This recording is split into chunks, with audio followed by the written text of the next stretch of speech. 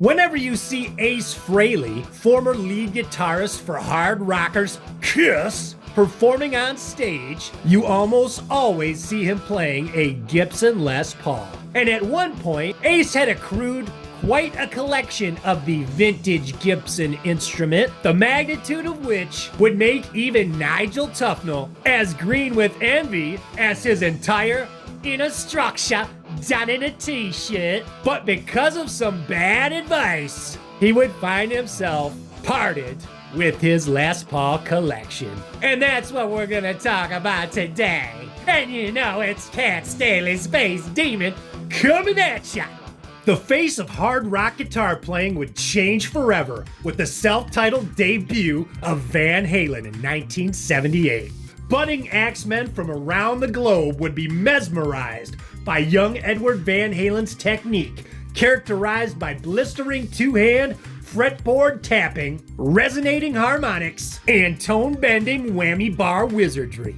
But perhaps the key component of Ed's sound was his choice of guitar, one he put together himself. In an effort to capture the thick, dirty sound of a Gibson, combined with the playability of a Fender Stratocaster, he built his own axe. Using a discounted factory second Boogie Strat replacement body that he purchased for $50 and an $80 Boogie Body's neck with a tremolo system from a 61 Stratocaster, and for that Gibson sound, he installed a single Gibson PAF humbucking pickup in the bridge position. He would later add a Floyd Rose locking tremolo system for tuning stability. And with a new generation of rock guitarists influenced by Ed Van Halen's technique, came a big demand for guitars known as Super Strats, inspired by Ed's original Frankenstrat design, which found many guitarists abandoning their Gibson Les Pauls for whammy-equipped axes by companies like Kramer and Jackson. The vintage guitar market, as a result, suffered, which saw the diminishing value of older Gibson guitarists, and some guitarists would find themselves unloading their older axes in an effort to cash in before the market bottomed out, only to find themselves regretting their decision after the glam metal shredder trend had run its course. Ace Frehley, former lead guitarist from hard rockers Kiss, was no exception. Though he'd often used a variety of guitars in the studio, Ace was most often seen brandishing his signature Gibson Les Pauls on stage. At one point, he's owned as many as 150 guitars, including many valuable vintage Gibsons. But as the Floyd Rose Super Strat phenomenon began to grab hold of hard rock in the 1980s, Ace would get what would turn out to be some bad advice, resulting in a hasty decision he would later regret. Here's what Ace told Guitar World magazine back in August of 1993. I used to have 150 guitars, but I dumped them when the vintage market bottomed out. If you remember when Eddie Van Halen became popular, everybody started playing Kramers and Jacksons, and the vintage guitar market really dropped. And I didn't want to get stuck with all these guitars, so I sold them. Man, I had mint vintage gold tops from the early 50s with the tags still on them.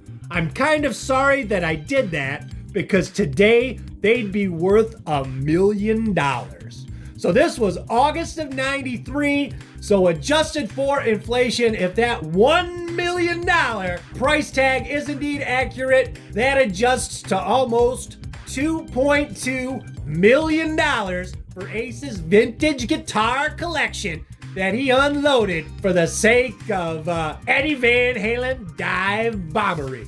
And as it turns out, Ace had a friend who was in the vintage guitar business who had given him that bad advice to sell that collection. Here's what he told Vintage Guitar magazine in 1997.